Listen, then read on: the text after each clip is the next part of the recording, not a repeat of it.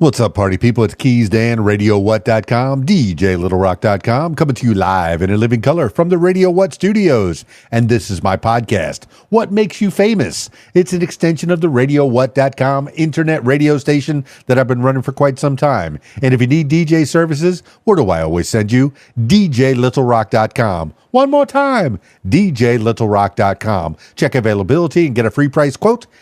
And maybe you can have me at your next event. You know I like to party with the people. The people need to be entertained. Are you not entertained? Let me entertain you. Speaking of entertainment, today on the program, I have Rick Revel. Oh, Rick Revel. You've heard of him. He's out there in Tennessee. Rick Revel, Mr. History, music, and more. We're going to find out a little bit more about Rick Revel in the next few minutes. So stick around. This week's shows. Let's see. I have two public shows this week for your pleasure. I am at the Rab in Conway, Arkansas, my usual Friday night gig. That's the Video Dance Party Karaoke Jam. They got a full bar. The kitchen's open. Pool tables. They got a pool tournament on Friday nights. So if you want to try your hand at playing pool and possibly make some money while you're doing it, you come on out to the Rab in Conway, Arkansas, and have a good time. Good people hanging out. That's 8 p.m. until about 12:30 in the AM on Friday night at the Rab in Conway, Arkansas. And then on Saturday, I know Saturdays I usually do private shows, but this Saturday I'll be at the Choctaw VFW with my friends, the veterans and the veterans' friends, the friends of the veterans. So if you're not a friend of the veteran, get to be a friend of the veterans. Come on, they're fighting for you. They're fighting for your freedom, okay? Look, not all of us can have that privilege, have that honor. But some of us can, some of us do, and some people do. And you get to hear some stories from the veterans while you're having some drinky poos, while you're playing some pool and dancing on the dance floor. And of course, we got the Video Dance Party Karaoke Jam at the Choctaw VFW in Choctaw, Arkansas, Saturday night. I'm usually there from about 8 p.m. until about, somewhere around 12:30, sometimes a little bit later, depending on if people are just having a really good time. If you throw a couple more tips in that nice bartender's jar, I might stick around for a little bit longer. Okay? Buy some more shots. Drink responsibly, of course. Always got to say that. Always a good time. So Friday night at the Rab in Conway, Arkansas, and then Saturday night at the Choctaw VFW in Choctaw, Arkansas. Two public shows this week. Karaoke Video Dance Party with yours truly. All right, if that's enough intro, let's get into it with Rick Revel, Mr. History, music, and more. I got him on Skype, so if you're listening to the audio version of this, check out the video version on my YouTube page, youtube.com/user/KeysDAN. Skyping Rick Revel now. Uh-oh, do you hear me now? Now I hear you. Oh, my goodness. Rick Revel. Hey. I'm reveling in the happiness that I have, Rick. Yes, I'm in the house. Rick Revel is in the house. Okay, so let's say it's Revel with a cause because, all right, I already marked it underneath there, and I'm already sure I'm going to name this podcast Rick Revel, Mr. History, Music, and More. And it's the and more that I need to get into because if you just left it at the history and the music, you're one of the hardest working men in show business. But I digress. I mean, I have to say hello. Nice to meet you, Rick Revel. Oh, my goodness. Good to see you. It's nice to meet you, brother. Now, are you from Arkansas? I'm from Miami, living in Arkansas. I married a hillbilly. Okay. I married a hillbilly, so she's a very nice lady. She's from the mountains up on the Missouri Arkansas border. So she's bona fide hillbilly and wears that She's moniker. In that Ozark area. Oh, she wears that moniker with pride and love. Yes. I have stories from the Ozarks. Yeah, okay. Branson got its name from a night rider, from for the ball knobbers they called them at that time, but they were night riders, and ex-Civil War soldiers and such and so forth. And it was a Hatfield and McCoy type of story, and that's where Branson got its name, was from one of the Night Riders. Okay, so I just glossed over the Hatfield and McCoy story. I know that people think that there was so much killing in that, but it's really somewhere around 20 or so Hatfields and McCoys that got killed. But my goodness, American history. All right, I'm going to paraphrase Bane from Batman, because he said he was born, that Batman was raised in the dark and Bane was born in it. I dabble in history with my little videos. If you look on my YouTube, there's a few history videos there. You were born into it, bred into it for the last 40 years. For at least 15 years, you've been putting it on YouTube. And you don't just talk the talk, you actually get dressed in the garb and you go out and you reenact. And even if you're not reenacting, you go to the historic places and you talk about those places and you make history fun. You know, kids need to know, and I know that your latest song, the video is about the tearing down of history. If the kids don't learn the history, they're doomed to repeat it. I know you've heard that time and again. But I know I'm going way too ahead of myself. Rick Revel, give the people an idea of who you are. Well, do you want me to really start at the beginning when the history bug bit? Would you like to know how the history bug bit? Hit me with your best shot. How I got involved. Well, I tell you what, there was a thing called the Bicentennial Wagon Train, and that's when I really got the deepest involved. Made a trip from Memphis, Tennessee to Valley Forge, Pennsylvania. I was part of a Spirit of the 76 Wild West show. That's what got me involved with the wagon train. State of Tennessee, each state had its own wagon master, honorary title, and Mooney Lynn, Loretta Lynn's husband, was the Tennessee state wagon master. And I became friends with him at Nashville, Tennessee, at Percy Priest Park. We wound up, I met Loretta there. So after that is when I became part of the Loretta Lynn Ranch and the entertainment manager. But to finish the story about the Bicentennial Wagon Train, we wound up in Valley Forge, Pennsylvania,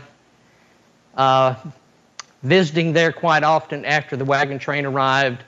Had a chance to go to Valley Forge where Washington had knelt and prayed in the snow. He left Potts' house. He was staying at the Potts' house. That was his headquarters. And he went out in the woods to pray. A lot of people said he was agnostic. He was an atheist. I've heard everything you can think of said about him, but he was an Episcopalian. So he did believe in praying. He did go out to a stump, made an altar out of a stump, and he prayed. And so I asked the park ranger, can I go to that location?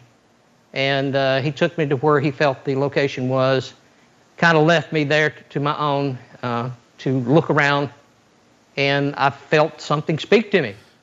You know, tell the rest of the story.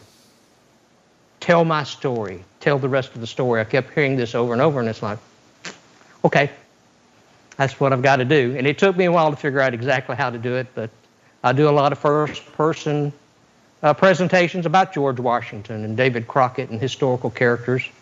And you mentioned it earlier. I wear the clothing.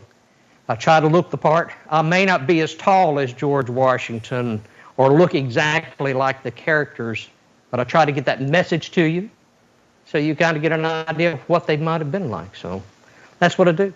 Well, I think the Hamilton show proved that you don't have to look exactly like the characters to give some kind of a history. But I know that Hamilton can be divisive or can break up people that truly love history, because Hamilton is so full of holes, it might as well be Swiss cheese. It's entertainment, and it gives people a ground floor. You're very correct. It gives people a ground, a ground floor in the elevator to take them into history. But hey, look, Bill and Ted on their excellent adventure, they glossed over history. They pulled out some historical figures so they can win their history report. And there's a lot of movies out there that some try to get it right, but some will probably just put a romantic element into it and make a love story out of a tragedy or out of a historical event. You know, that happens a lot. But, you know, I like movies that have the backdrop of historical events. At least, you know, maybe even the time travel ones where they go back in time and they meet up with historical figures. It's great entertainment, but we need people like you who actually delve into it. Okay, I just heard a 7-part series on the JFK assassination. Who would have knew that there would be enough fodder for 7 parts? But I was entertained. These are 2 British fellas that were doing this, and as British people, this was their take on an American event, on an American tragic event. Right. But you know, oh my goodness, I love history, and I love watching the videos that you've made. The people like you who make history fun. You know, have you ever been a school teacher? Have you taught kids? Well, no, I call it Edutainment. Merle Kilgore, which was Hank Jr.'s manager for many years, he was a next door neighbor. We visited quite often, so he became a mentor, and so I would throw out words like that. I'm not only a tunesmith, but a wordsmith. I'll throw words out there that I kind of shape to fit my English language, my Southern slang. And so I just one day said edutainment to him, and he said, I love it. And he loved that whole thing about edutainment. And it's taking education, taking history lesson, making it very entertaining. So I've taken that into schools. I've done schools and colleges and universities all across the country, and it works. The students that would normally be bored if you're sitting there telling dates and telling specific items, they get bored. But when you actually build a story around it, make it dramatic, make it funny, make it where it's entertaining, then they listen and they join in with you. And before long, they're just sitting there. And it's fun to watch their reactions because they get glued to what you're doing, and they learn much more. And I've had students then later pursue it themselves. Mm-hmm. They'll do a ancestry search, and they'll find somebody in their family tree, like Crockett, for instance. A young man found Crockett in his family tree, and like I go out and do Crockett, now that's what he does. He's a grown man, and he does Crockett impressions and portrayals, and had a young black girl in Nashville that was kin to the lady that did the Underground Railroad, and so she winds up wanting to do those stories. And so I have different ones that get involved, and they start doing the same thing. They start teaching American history, but doing it through edutainment. So it's kind of fun to see what people will do and how they'll respond to it. So History Highway is it's kind of a hybrid show. And you talked about the time travel. Originally, that was what we kicked around, was use time travel to tell the stories. But there's over 140,000 of those historical markers along the highways. And so literally that's what I thought. Well, I've got so many stories I can tell, and I'll never run out of stories with 140-some-odd thousand of these roadside markers. So I drive up to the marker, I get out, and I peel back the layers of the onion and tell you the story of what took place there. And it's fun. It's a lot of fun to do that. And that's the reason people get so hooked on it, is I'm not doing what History Channel did and just give you a recital of stale figures and facts, and I actually make it real personal and tell you what actually happened there. So I enjoy it. It's a lot of fun. I definitely, it's never boring. I have to up my game because you're talking about the history highways and not making it boring. Yesterday, I did a video on the 10 most scenic routes in the USA. Okay. And this was, very cut and dry. And it was pretty much me reading from a script. I didn't make it as fun. I added a little bit of car horns and some, maybe some road highway sound effects to kind of add to the set design. But I don't get nearly as fun. The teachers that added some theatrics to their curriculum were the ones that you remember the most. I remember my history teacher from 10th and 11th grade, Mr. Osborne. Okay, I do remember that I was chewing gum as I was walking into his class, and he said, "Gum can have a nice day." And I think that was one of the favorite things that he liked to say. But he pulled out that American history, and he made it come alive as well. He didn't put on the tri-horn hat. He didn't put on the. He didn't pull out a musket rifle. Hopefully a replica. Don't bring guns to school, kids. Okay, don't do it.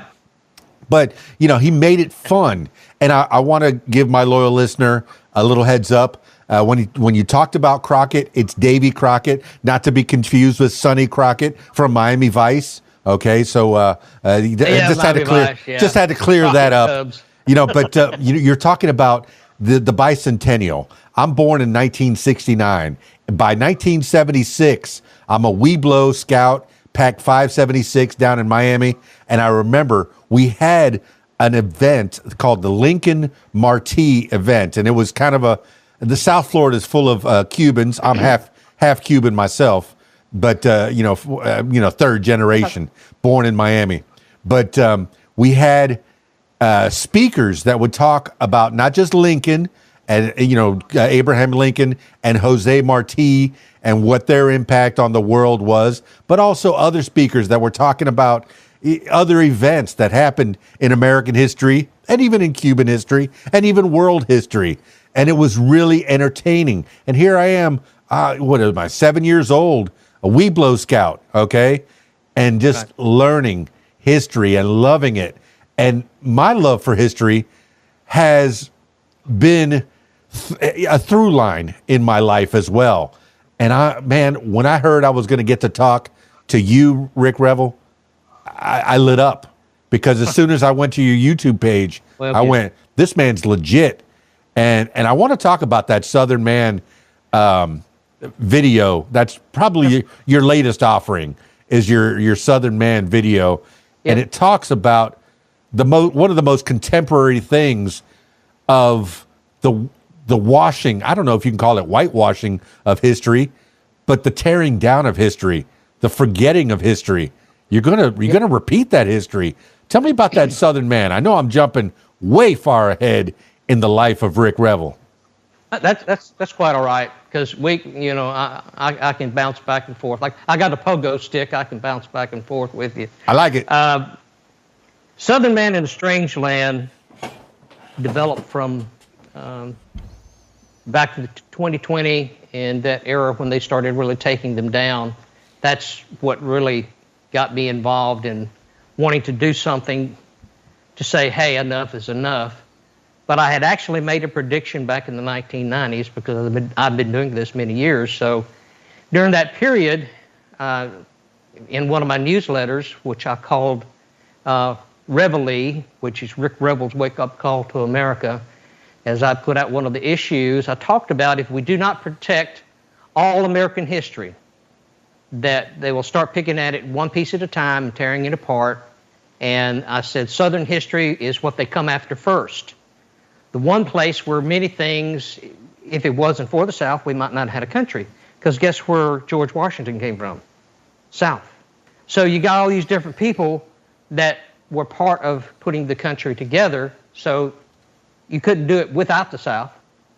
The South was a strong part of this country. And so these pieces of history have to remain if we start taking Southern history, doing away with it. And I told them back in the 90s, when I would do talks at different locations, if we don't protect it, they will eventually come after the Stars and Stripes, the American flag. Mm-hmm. And I literally had people laugh. I had people laugh in my face, saying they'd never come after the American flag, but we can understand why they come after the Southern flags. We can understand that, and they'll give you the litany list of why it should be taken down. They'll give you those reasons. But now today, the American flag. Just in the news today, a young man was wanting to fly the Stars and Stripes off the back of his pickup truck, and he got kicked out of school. The Stars and Stripes. He got kicked out of school. It wasn't a Confederate flag. It was the Stars and Stripes. He got kicked out of school. So my prediction is crystal clear. If we didn't protect Southern history, they'd come after the rest. They came after the statues of Robert E. Lee and Stonewall Jackson. And I kept saying when it all began, they're going to get George Washington and Jefferson before it's over with, and they laughed at me again. Now they're tearing down Washington, Jefferson, Sacagaway along with Lewis and Clark. And they said, well, and I've had people say, well, they're not tearing down statues now, are they? Well, they just took down another Southern statue in Grenada, Mississippi last week. So it's still happening. Mm-hmm. So we have to put the brakes on somewhere. We have to make the world aware that how important is American history. Let's go to Gettysburg, and if you take away all the Southern statues out of Gettysburg battlefield, and there's nothing but statues of Union soldiers and Union commanders, it's going to tell half the story. Mm-hmm. It's not going to tell the whole story. So it takes all those monuments and statues to tell the full story. Yeah. And so that's how important they are. But then we get a bias. Then we say, well, they're racist or whatever issue they use to get rid of the statue. And away we go. And I wanted to write a song that talks about you go to the court square that Johnny Cash wrote about when Old Glory used to fly at the court square. Mm-hmm. You know, he did a wonderful talk about that ragged old flag. Oh, yeah. But what if you go to the court square and there's no ragged old flag anymore? And the Confederate monument it used to fly next to is not there either. Mm-hmm. And that's where we're headed quickly. So Southern Man is about that. You go to the court square and the statue there, it's not there for you to see. It was there, but it's not there now. And why? Because we remain silent. So I'm just trying to wake up the silent majority to speak up and say, this is our America. Please leave our America alone. We love our America. We love our statues, all of them, even the ones we might not like, and we might disagree with the story that's attached to it, but it's a part of our history. Yeah. It's part of who we are. If we do not know the rest, all the story, then we're not going to know who really we are or who our next door neighbor is. So it takes all of these to tell the full story of America. Rick Revel, I'm finding more and more every day that I'm a dinosaur, as Hank Jr. Sang about so eloquently. I'm a dinosaur. I'm about to die out. We have to teach this next generation, and it's so difficult. They're getting so delicate, and so words are hurting them. We used to call each other names on the playground constantly. It toughens you up. And I know boys maybe did it more than girls, but you know, the more I learn about girls, I think that they did it just as well. Called each other names to toughen each other up, to see who was gonna, you know, I guess it was the culling of the species or what have you. You got to have a thick skin to live in this world. There are no safe spaces. There are no places that you can go, and I mean, the only safe space is maybe your own room, your own home, your own place. You got to have your own base. But once you go out into the world, hey, anything goes. Something terrible might happen. You might get in a car wreck. Somebody might have bullets sling over your head. But more often than not, this country is pretty safe, and you're going to be doing just fine.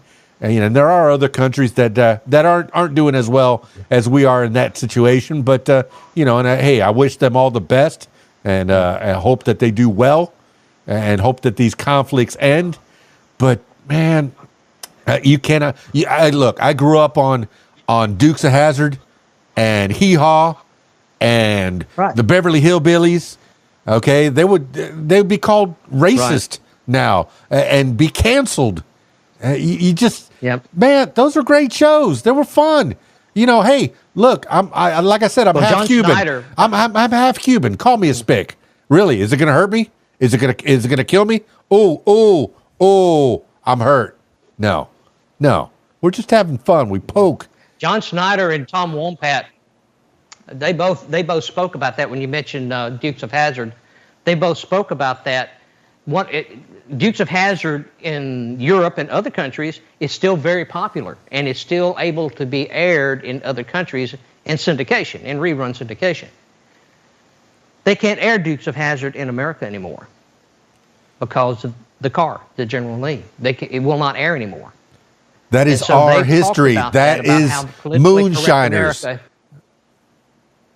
I'm sorry, go ahead. But they removed that from here, and it's not that was a culture-changing show that you must see. It's not must-see TV, but it was entertaining. It was fun. It was a very fun show to watch. Waylon Jennings, Lord have mercy, that song that he wrote for that. What a song. Yes. Yes, some good old boys. Killer song. You hit me in the heart, man. Taking it away. Okay, we haven't even touched on your music all that much, really. And here you just gave me a bar, just the intro to the Dukes of Hazzard's theme, and you got me. You got me right in the headphones. You did it. Well, do you want me to tell you about what happened and where this whole Muscle Shoals Sound recording studio and where this whole new album came from? Do you want to know the story behind that? I do. I'm all about stories. We got time. Let's go. It has a history lesson. I was in Nashville, Tennessee at the fairgrounds. We're going to jump back to the early 2000s. I met a man. I was at it was called the Civil War Show. It happens in December every year. Mike Kemp puts it on. And I've been doing it for many, many years. Mike Kent is a good friend of mine.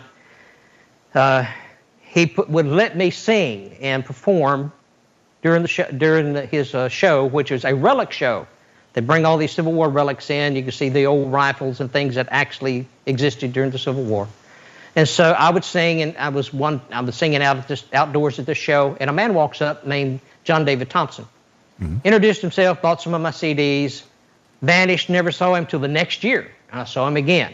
And every year I would see him at this event, and he kept talking to me about Jimmy Johnson.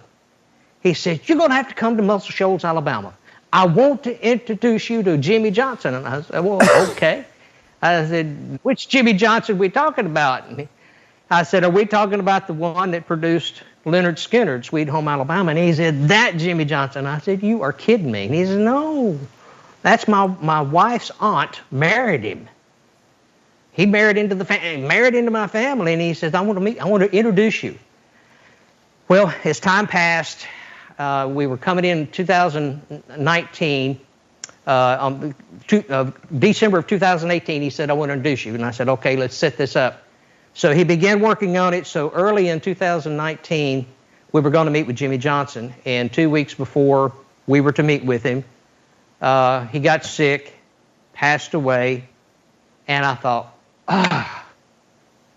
this is it, my once in a lifetime opportunity, and it's gone.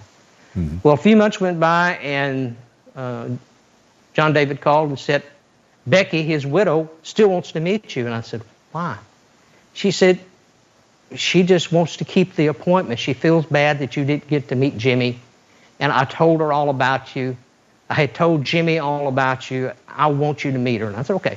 So in January of 2020, we actually go down there, and she shows me the recording studio, Muscle Shoals Sound Studio, where he recorded Sweet Home Alabama and Leonard Skinner and recorded all these things. Well, that good old time rock and roll was cut there. He showed me the piano where the good old time rock recorded. He showed me all these things. He showed me where Dwayne Allman had stood, and I'm going, wow. So history was all over this. Then he takes me over to show me where W.C. Handy was born, the gentleman that's considered father of the blues. He takes me over to see where Fame Studios began, where Rick Hall set up a studio, and he made Aretha Franklin a household word. And it's like, wow, I'm getting to meet all these cool places, meet all these neat people. And so we wound up doing a show there called That Muscle Shoals Sound. I wrote a song about W.C. Handy, father of the blues. And I met a Billy Lawson through Becky Johnson. and he had worked in Muscle Shoals all his life, had worked with Jimmy Johnson, learned how to be a record producer under the wing and tutelage of Jimmy Johnson. So it's like, I'm being introduced to the royalty of Muscle Shoals, and they took me in under their wing, and I told them what I wanted to do. I want to write and produce an album that brings back that sound. I said country music and so much of the music now has evolved to where it all sounds like hip-hop, pop. It doesn't sound like real country anymore. It's starting to drift, and Southern rock is gone. Where did it go? And even R&B is drifting off, and some of the blues are drifting off. I want to bring it back to the roots of what it used to be. Mm-hmm. So everybody got on board and said, let's do this thing. And I wrote a song called That Muscle Shoals Sound, which is about Jimmy Johnson, and played it for a few people, and it started catching fire, and people started seeing what I was doing. I was taking history once again and telling history, but doing it through songs and doing it in a way that was nostalgic. It would make people think about Leonard Skinner.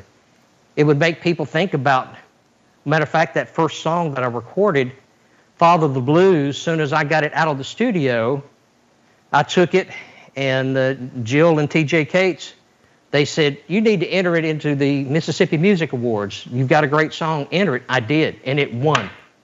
It won Best Mississippi Blues. It blew my mind. I said, well, maybe we're doing something right here. And so we kept working on it, and took 18 months, because I don't have a major label. I'm doing it like Johnny Cash used to say about the one piece at a time.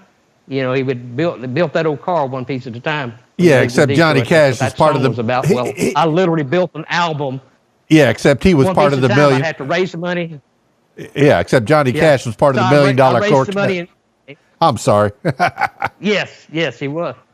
It's all right, but that's what I did. I raised the money to do it one song at a time, and it took 18 months to do it.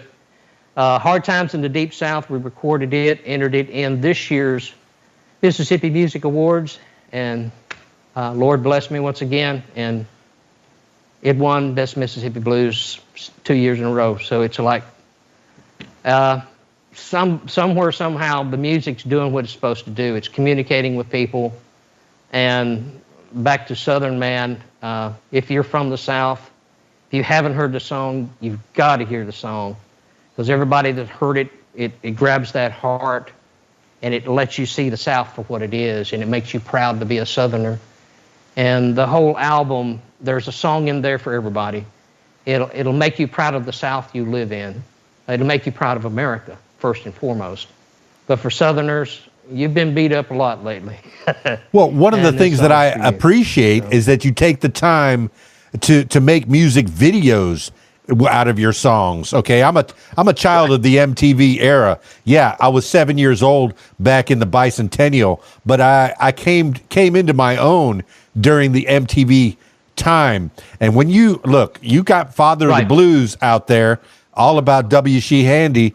You took the time to find some clips of W.C. Handy on the Ed Sullivan Show. Started off with that, and wove it throughout.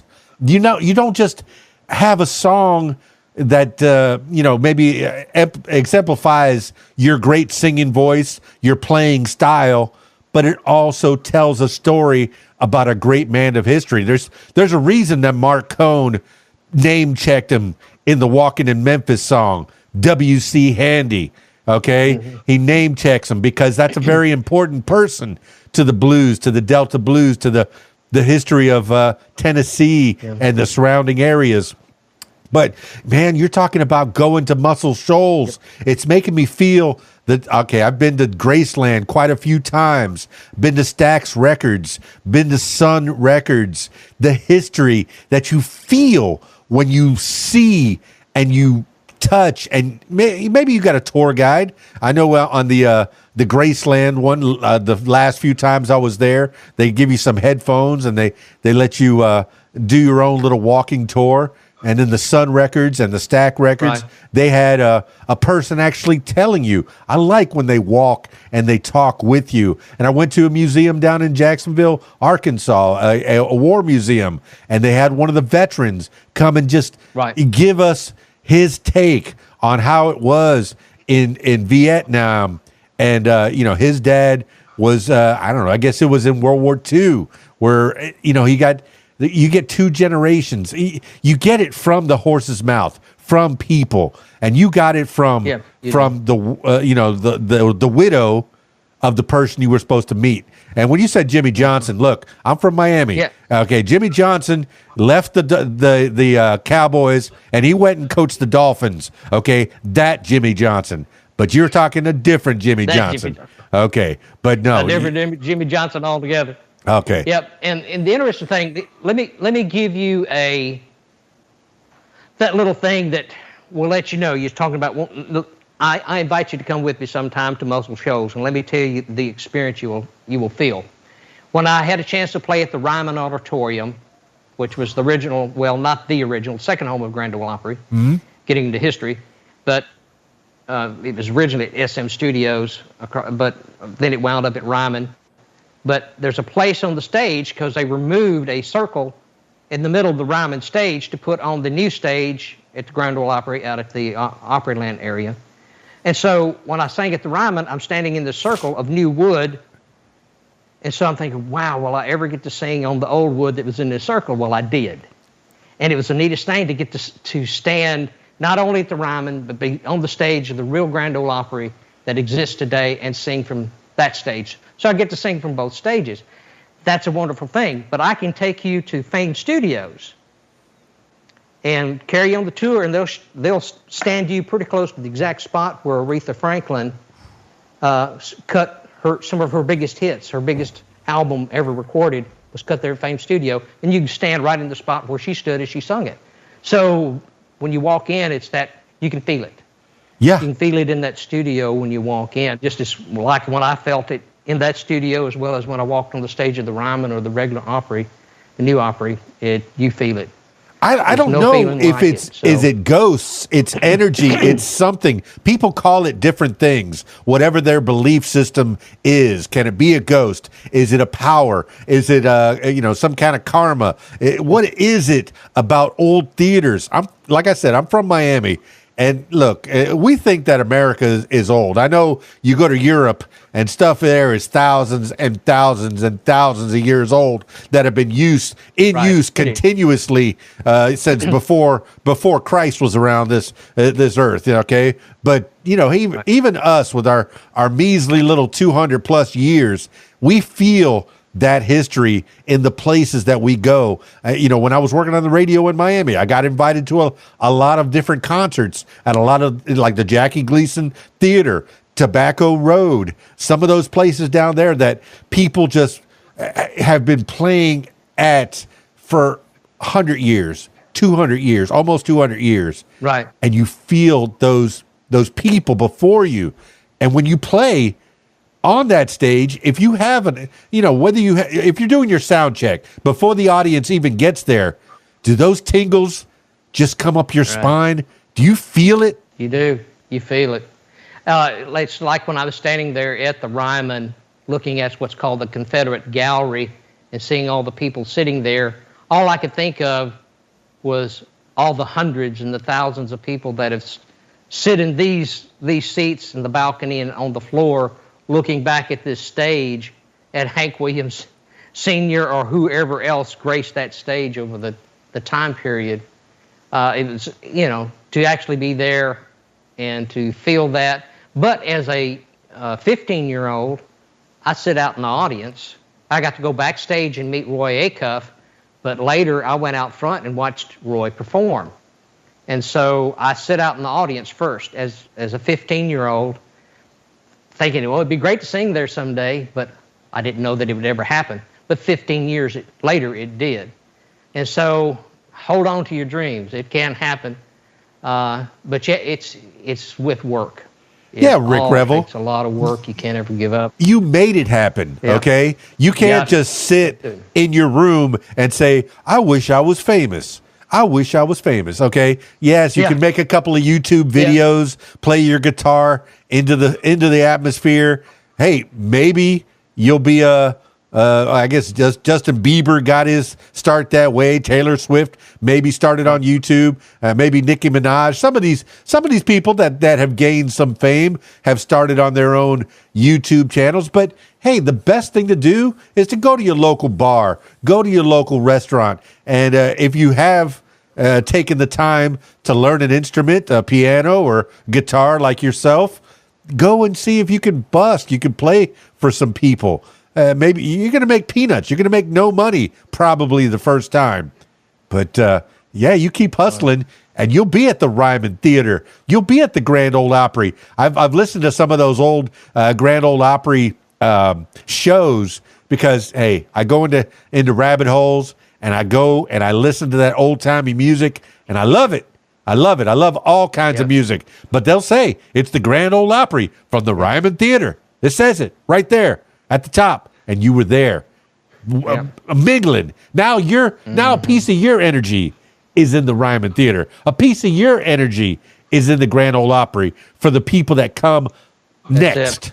Okay, and that's what we're here. Once you get to a certain level, you have to teach the next generation, and that's what you're doing with your history and your songs, and you're melting the two together.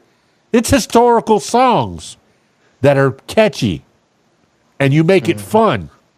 Oh my gosh, I'm excited. I'm stoked. The mistake that you make when you're young, after being involved with this for 50 plus years, when you're young, when I was 15 years old going in, singing on these TV shows and doing the things that I was doing at the time, I was mesmerized by these great names, and by just getting to rub elbows with them, that I was mesmerized. And so starstruck, as you might call it. And so I'm around all these people, and as time passed, I listened to them talk, and I listened to everything, and I began to mature with the information they fed to me, and it's like, oh, there's a method to the madness. This is not a throw of the dice. Or now some people will tell you that, oh yeah, I was singing in a bar in Atlanta and Chet Atkins walked in and discovered me. Well, that's kind of the Jerry Reed story, but when you look more in depth of the Jerry Reed story, that's not really what happened. Jerry Reed had worked his butt off for many years, and everybody kept telling all these A&R people in Nashville, you got to hear this guy.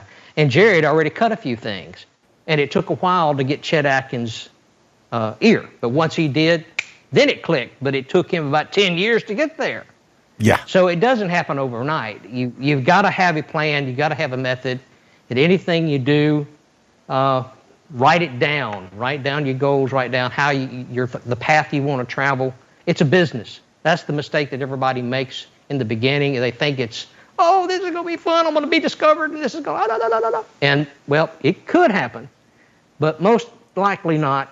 You're going to have to actually do it the right way and treat this as a business.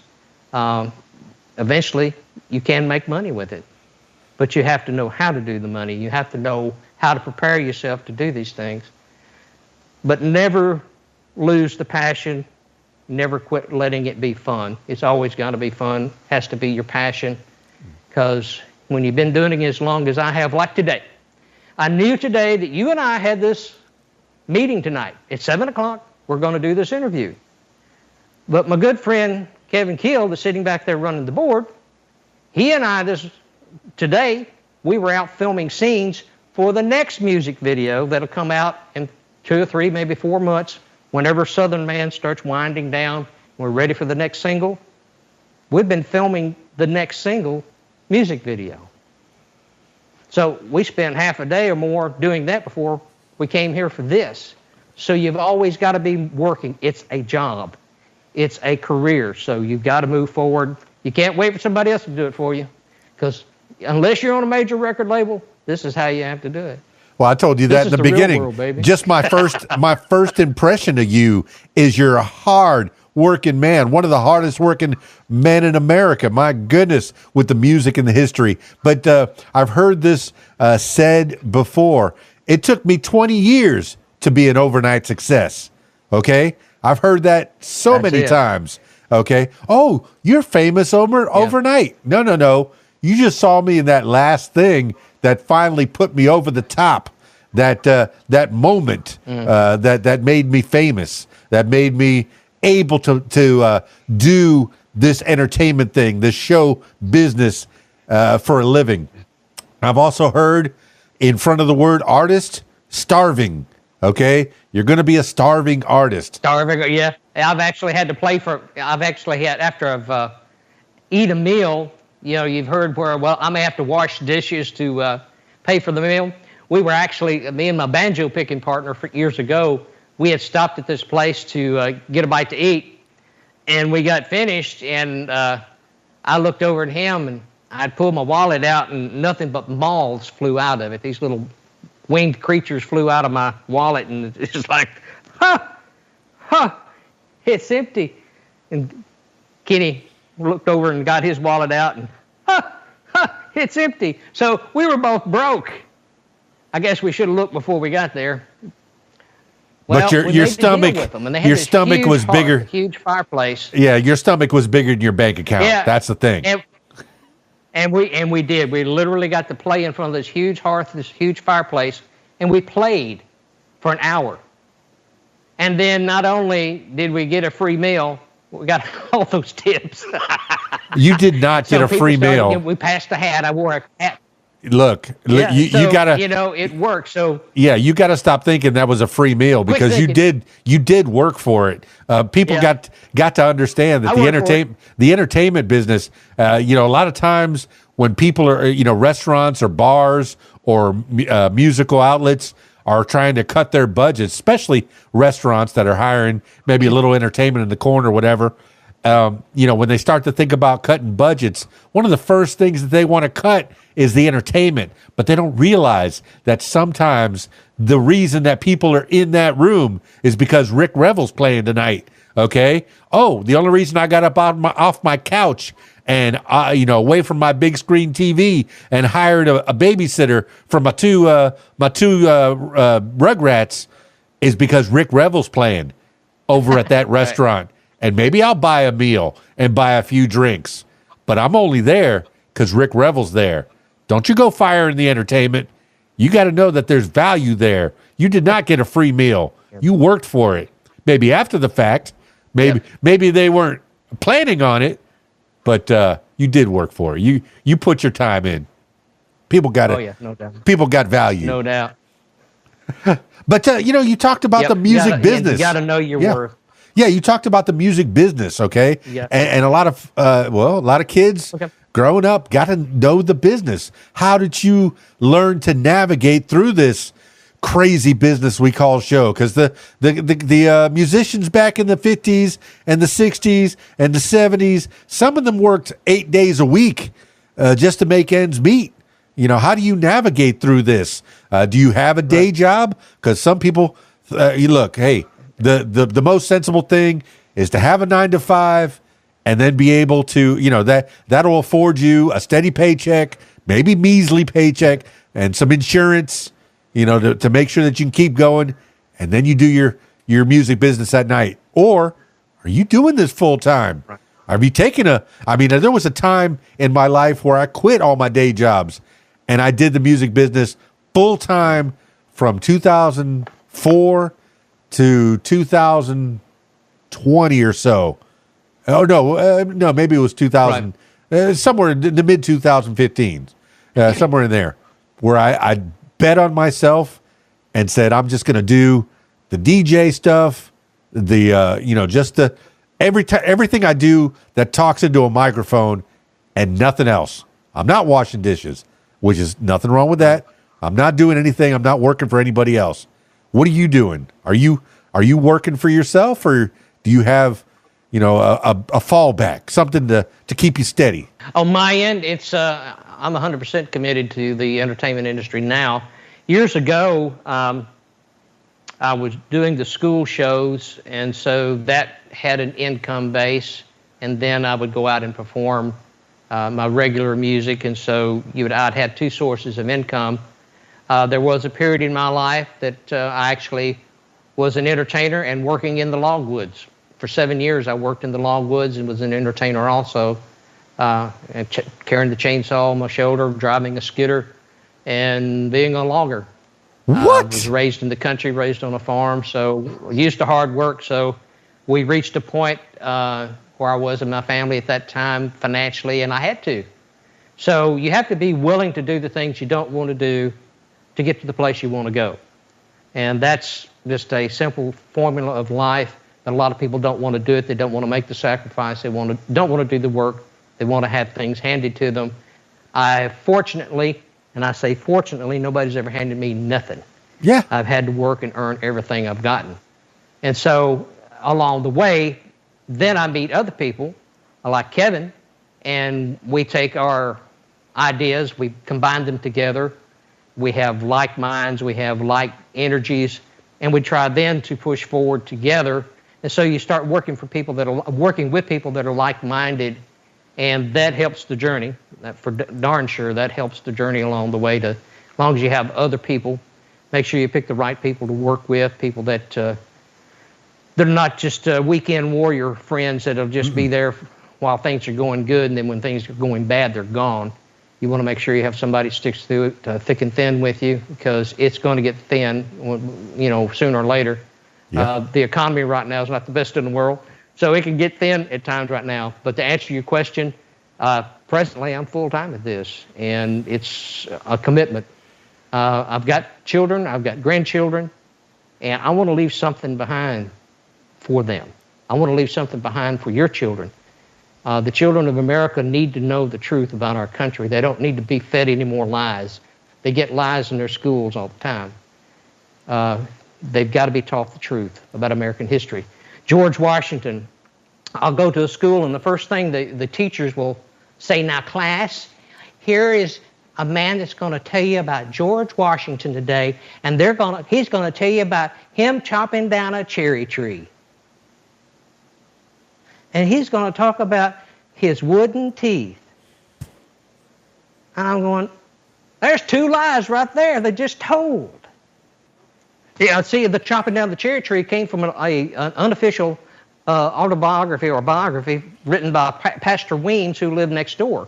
So an unofficial biography written by a next-door neighbor has a story in it, and everybody thinks because he was the next-door neighbor, this is the true story, but it's not. And he never had wooden teeth. But it's told that he had wooden teeth. So all these things are told about the different historical characters, and you walk in, you have to unravel all these untruths. So what I want to be able to do is, get the truth out there, whether it's in a song, in a story that I'm telling, in a movie we're producing, or whatever, or a documentary, it doesn't matter.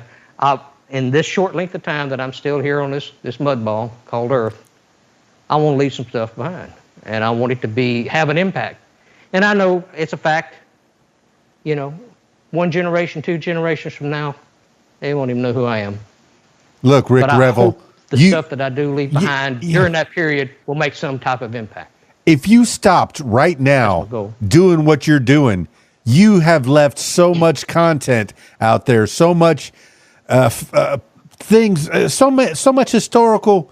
There's one, there's one that's very timely to right now, and I know I'm going to date this podcast a little bit if I mention the River Pirates.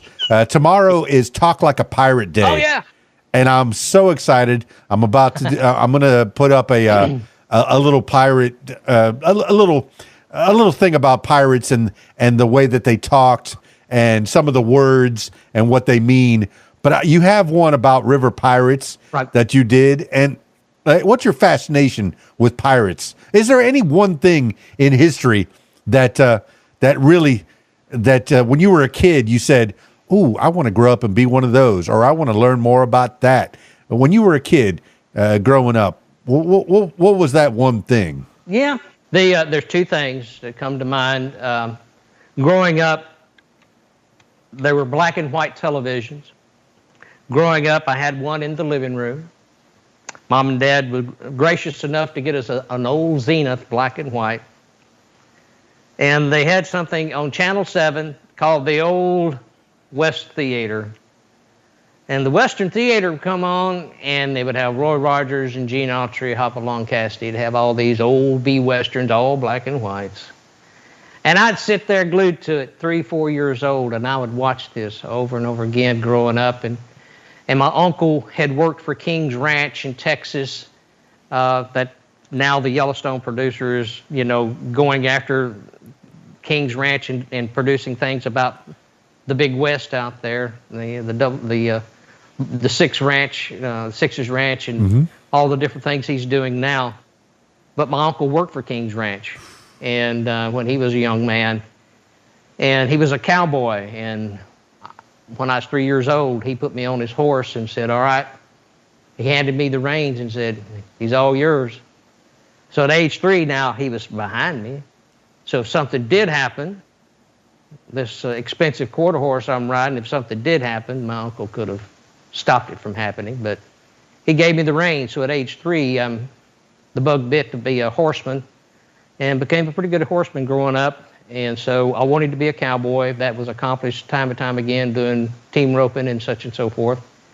Did a lot of rodeos growing up. And then the other thing was I went when I was about 9 years old. I was part of the Royal Ambassadors of the Baptist Church. I've been a Baptist for many years, been a Christian all my life pretty much. And that's a very important part of my life. So everybody out there, Jesus is it.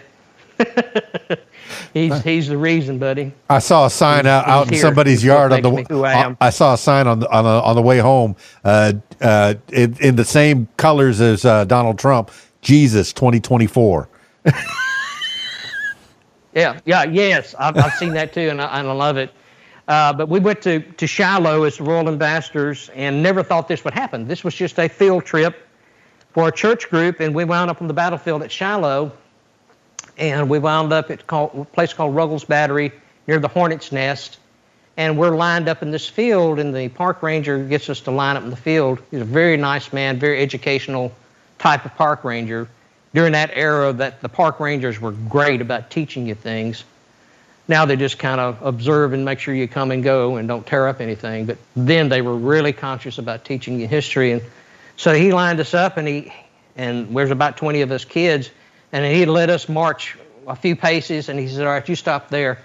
And, "All right, forward." And we'd make a few steps and do, "Oh, you two stop right there." And what he was doing, he was showing us the casualty rate.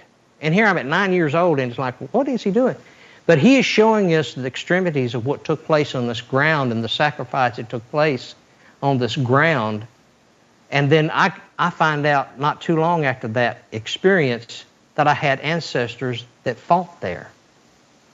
So when I was growing up, what did I want to do? I wanted to find out more about my ancestors that fought in the war. And who would ever think that I would eventually become a reenactor? So I became a reenactor and traveled all over the country riding horses. I was part of the 3rd Tennessee, and then eventually became part of the 7th Tennessee Cavalry. And we're riding and putting on these things. And of course, a lot of people found out that I could sing and could handle a microphone, so I began to do the announcing for the battles. Like when you go to a ball game or a rodeo, you have the announcer telling you what you're seeing. Well, I would tell you what you'd see on the field. We did one for the Battle of Franklin back in 2004, and on Saturday's battle, we had 100,000 spectators. Wow. Sunday, we had 50,000 spectators, and I sang Johnny Reb for them. Yeah. So I've had the big audience. Yeah, you have. And they came to watch the battle. It's pretty cool. And we had about 35,000 reenactors on the field. It was incredible. On Saturday, we did. So I've been part of big events. I've been part of small events. It's about teaching the history, about being a part of the event. There's nothing like it. And when I was walking across that field at age 9 at Shiloh, had no idea what was ahead of me. But life can be an adventure if you will allow it to be. If your life is boring, that's your fault. Oh, absolutely. Don't blame somebody else. If your life is boring, don't blame somebody else.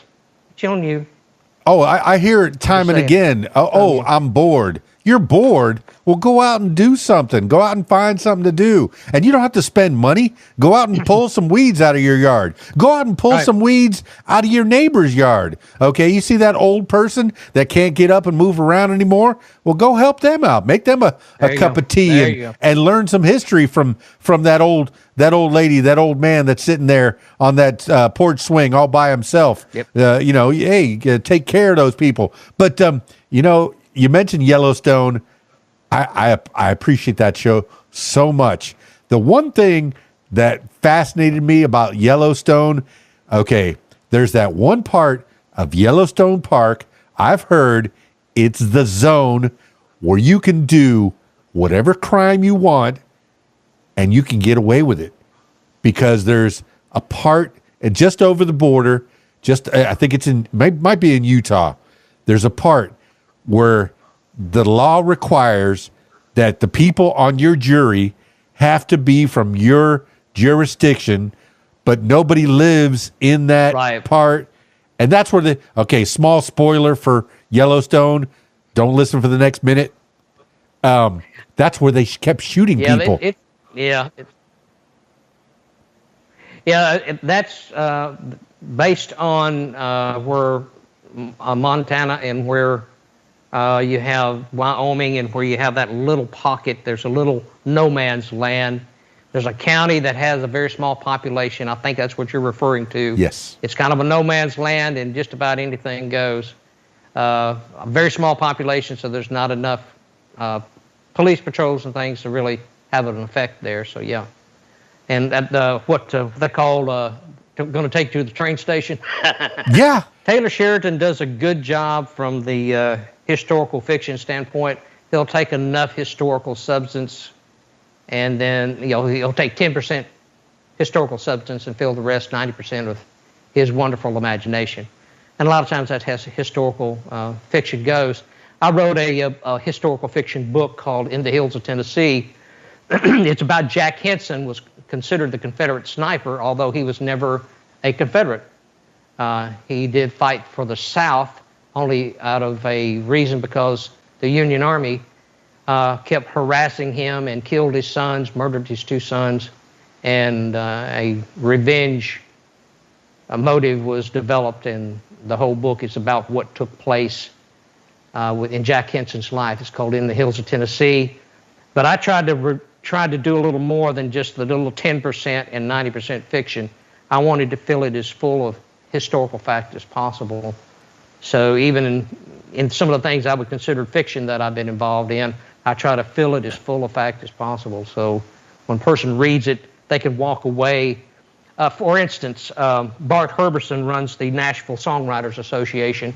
He's a friend of mine from Paris, Tennessee, and from what I understand from his brother John, they went to Fort Donelson recently, and they used my book as the tour guide, kind of to look up the locations of what took place in the battle, where Jack Henson lived, where these events took place. They used my book as a guide to get around Stewart County and find these locations. So it may be a historical fiction book, but it's full of maps and pictures and things that'll teach you history. So, well, Rick Revel, as we wind this thing down, because I've taken an hour of your time, I don't like to go too much more than that, but I want to go through the and more, because you just popped up at the end. You wrote a book. I've never written a book, and you wrote a book that has a lot of history in it. Another way for kids and adults alike to learn about historical events. These videos are fantastic. I already got the YouTube stuck on, down there in the show notes, so people can click on that YouTube. Click on your x.com. I can't get used to that. It's always going to be Twitter, okay? But your Apple's down there in the and there's even a filmfreeway.com / Rick Revel. I put that in there because it's got a lot of interesting facts about you. There's a really good bio on you if they just want to give a good read through, if they weren't listening very well, if they were washing their dishes or working out while they were listening to this podcast. But, I got your Facebook down there, R. Revel the Patriot. I like that so much. All right. We went through the history. We went through the music. In the last couple of minutes, give me the and more. What else do you do, man? The and more. I think that was kind of the and more was going into the book aspect of it, but I do art. Some of the artwork that you see in that book, I wanted to be able to tell a story, and I could not find the proper artwork. So 24 of the pieces of art that's associated with that book is stuff that I actually created, and I did it in Photoshop, of all things. I would take elements, a lot of electronic elements of different things. I would borrow a wagon wheel here, and I would borrow a tree from there. And I'd take all these different elements, put them together, combine them, give them a texture, make a portrait out of it, and did 24 different pieces of art. So I guess you can count that as part of the more. So I do that. Yeah. And like I said, speaking engagements we too. might. So if you just want me to come and Speaking to me, so go ahead, continue with the speaking. I'm sorry. Come to speak, then I can do that too. No, I talked about that I was maybe a dinosaur, and we're getting up there in age. And when we were kids, did you ever hear about Photoshop when you were 9 years old? No, there was none. Did you hear about social media way back when? No, your social media was when you rode your bike over to your next door neighbor, your best friend's house, and you told him you told him what was going on, and then he rode his bike over to his friend's house, and he told him what was going on. That was social media, okay? But it sounds like you're keeping with the now. You're not afraid of technology. You're not a Luddite. In fact, even on your Facebook, it has you listed as not musician, digital creator. You putting out that good content. Is anybody else helping you with your social media? Or are you doing it all by yourself pretty much? I do. Yeah, I do all that by myself. Now, the person that I brought in recently to help me is Kevin. He started working with me last year on my music videos, and he started working with me in that capacity. He started doing some managerial things on the music career now that things are really happening since we put the single out. So he's kind of working with me from the manager standpoint. But our main focus is creating as much video content. That's his background.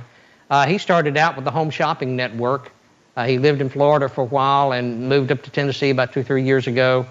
Has about 2-3 TV shows that he produces. And so we got together, we began to visit and talk and trying to figure out a way we could work together. So outside of Kevin, I'm it. That's fantastic. I like still Kevin. Do most of the editing. Everybody needs a Kevin in their lives. I do most of the editing on videos, on my music videos, as well as History Highway. I do the editing for History Highway. So fantastic. So what you see is what you get. If you don't like it, then it's me. Yeah, Kevin started it's me. Kevin started on Home Shopping Network. I think what was it? Mike Rowe started on Home Shopping Network as well. That's one of his stories. The one that Dirty Jobs, Mike. I did a TV show right after he ended doing the Dirty Jobs. He did a special. It was like a 3-part series. How whiskey won America, something like that. And I did a segment with him. And it was on the war. It was on the Civil War. And he was talking about Ulysses S. Grant. That was the segment he was talking about. And we all played Union soldiers in that particular skit, but I actually got to work with him on that one. So I was on national TV with him. Fantastic, man. It's cool. He's a nice guy. Hey, he's a really nice guy. You're available. You put yourself out there. There's nothing, if you put yourself out there and you set your mind to it, there's not much you can't do, really. I was told a long time ago I could be whatever I want to be when I grow up. And over the years, I've learned within reason, okay? You can't be anything. Within reason, yeah. Within reason, okay? You gotta know your limitations. Yeah. Oh, Clint Eastwood taught me that. Yeah, he did. A man's got to know his limitations. Thank you, Dirty Harry. I appreciate that. All right, Rick Revel. Yeah, never limit yourself, but always know your limitations. Oh, yeah. I know. All right, Rick Revel. I don't want this to be the last time we talk. I want, as time progresses, if you got more things to put out there, you can come back anytime you want on the What Makes You Famous podcast. Let's do that. Let's come back in a few months and do an we'll do an update in a few months. Fantastic. I tell you, when this new music video comes out, we need to come back and show the new music video. Well, if you're getting a chance to play, or I don't know, if you get a chance to play Southern Man, please do, because we need to get the word out about Southern Man and get that message out there. So send me a good version. I'll put it on. A chance to do that. Send me a good version. I'll put it on Radio What. Okay. RadioWhat.com, and we'll play that. But the main place to find Rick Revel, RickRevel.com, and you'll see. Man, I mean, there is an extensive amount of information on that website. And if you want to order my music, Kevin put together a website. It's rickrevelmusic.com. So okay. Kevin wanted to have a kind of a separate entity just for the music, and so you go to rickrevelmusic.com, and we have CDs there. And I just got a message today. Our vinyl albums have been shipped, so we're going to have vinyl albums to sell too. But it's that nostalgia thing. This is roots music, so we want to have a vinyl album to reflect that Muscle Shoals sound. Well, you know what's funny is keeping the memories alive. Keeping up with the technology. I gave up my Technique turntables back in '99. Okay, before that, from '86 to '99, I was 2 turntables and a microphone. But as soon as digital started coming out, and I had almost every song ever made at my fingertips for 99 cents or $1.50 or a couple bucks. Right. I could buy a Rick Revel song and play it for my people. Oh, yeah.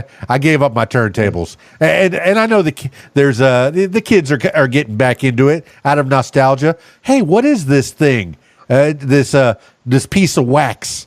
And what do? I put this needle into this groove and sound comes out? That's crazy. Oh, all right. We'll talk more about that on the next one. Now, you've already given a couple of shout-outs. You got any other people that you need a shout-out as we wind this thing down?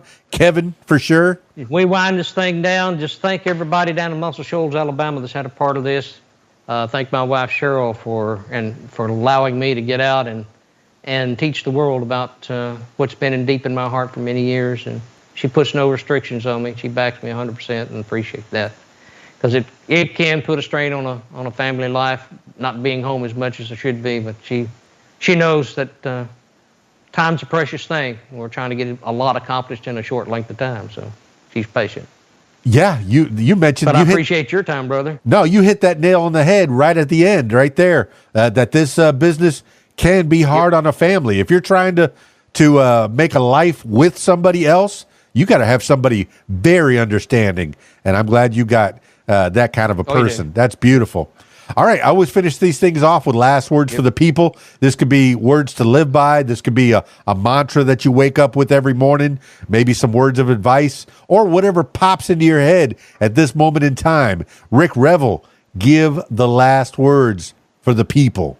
Well, first and foremost, I said it earlier, Jesus. If you don't know him, get to know him. He's been a very vital part of my life. He is the root of my life. Without him, I'd be nothing. So Jesus is very important. And if you don't have him in your life and you feel empty, that's the reason. If you have an empty life, he can fill it for you. If you haven't heard my music, please listen. Take a listen to my music. If you haven't seen my videos, take a nice, about 5 or 10 minutes to look at a few of them. I think it can grab a hold of you and give you something to watch. We have a TV channel called AME TV. We're on Roku and Amazon Fire. A lot of my TV shows are there. We're on Canyon Star TV, which was started by some of the RFD TV people. So Canyon Star, AME TV, we're on Roku and Amazon Fire. So we got a lot of TV shows for you to watch. A lot of great music on all the music platforms. Got great radio people playing them. So listen. Support us. We need your help. Bless y'all. Well, there you have it, party people. Rick Revel. rickrevel.com and rickrevelmusic.com. And then, you can find all his links down in the show notes below. I found a good amount of them. I got the Facebook, the X, the YouTube, the Apple Music, the Film Freeway has a really good write-up on them. But really, if you go to rickrevel.com and rickrevelmusic.com, that's pretty much all you're ever going to need. And if you want to get a hold of him, if you want to contact and maybe collaborate or maybe invite him to do one of his historical speeches, maybe he'll bring his guitar. He'll do some historical speaking and then maybe play a song for you. And you'll be twice as entertained. Edutainment. I like that. I like the way he puts his type of entertainment, his style of show business. It's edutainment. You might learn a little bit, okay? I know, Bill Cosby, my favorite comedian. I know he's problematic now, But I remember on the Cosby Show, he would say, if you don't watch out, you just might learn something. And I've taken that my whole life. If you don't watch out, you just might learn something. So if you go do something, hey, try to learn from it. Rick Revel, thank you so much for being on the What Makes You Famous podcast. I look forward to hearing more about you in the future. That's it for this edition of What Makes You Famous. Now, if you, yes, you, my loyal listener, if you'd like to tell your story, I encourage you to give me a call, 501-470-6386, or email KeysDAN@AOL.com. That's it for me. It's KeysDAN, RadioWhat.com, DJLittleRock.com. Peace. I'm out of here.